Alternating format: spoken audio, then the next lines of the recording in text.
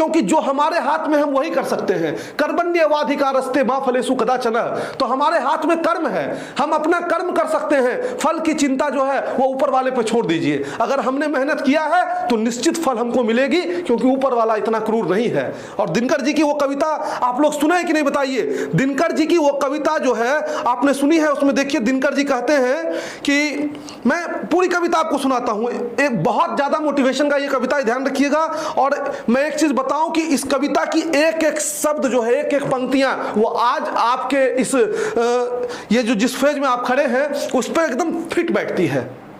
देखिए दिनकर जी लिखे हैं कि जिस मिट्टी ने लहू पिया वह फूल खिलाएगी ही, अंबर पर घन बन छाएगा उच्छ्वास तुम्हारा, और अधिक ले जांच देवता इतना क्रूर नहीं है, थक कर बैठ गए क्या भाई मंजिल दूर नहीं है, वह प्रदीप जो दिख रहा है झिलमिल दूर नहीं है, थक कर बैठ गए क्या भाई मंजिल दूर नहीं है। और देखिए आपने जो 6 महीने मेहनत की है उसको किस तरीके से इस कविता में बताया गया है कि चिंगारी बन गई लहू की बूंद गिरी जो पग से, चिंगारी बन गई लहू की बूंद गिरी जो पग से, चमक रहे पीछे मुड़ देखो चरण चिन्ह जगमग से, चमक रहे पीछे मुड़ देखो चरण चिन्ह जगमग से। इतना मेहनत किया हो कि पीछे का चरण तो देखो यार, चमक रहा, कह रहा है कि एकदम इतना चमक रहा है कि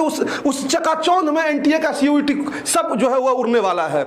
शुरू हुई आराध्य भूमि यह क्रांति नहीं रे राही, और नहीं तो पांव लगे हैं क्यों परने डगमग से, बाकी होश तभी तक जब तक जलता तूर नहीं है, थक कर बैठ गए क्या भाई मंजिल दूर नहीं है। तो अब आपके तूर जलाने का समय आ गया है, तो अपने होश में रहिए, और एक बार जब सफलता मिल जाएगी तो ये दिन जो है वो आपको याद आने वाली है।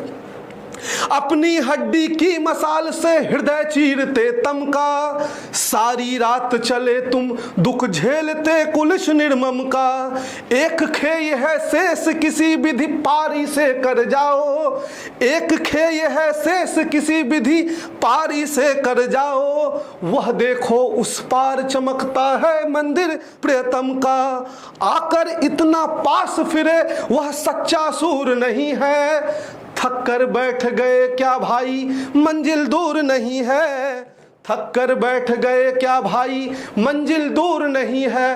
तो जब इतनी बड़ी शक्ति आपके साथ जो है, आपके माता पिता का आशीर्वाद, ऊपर वाले का आशीर्वाद, और आपने जो मेहनत किया है वह आपके साथ है, तो बच्चों बिल्कुल घबराने की जरूरत नहीं है।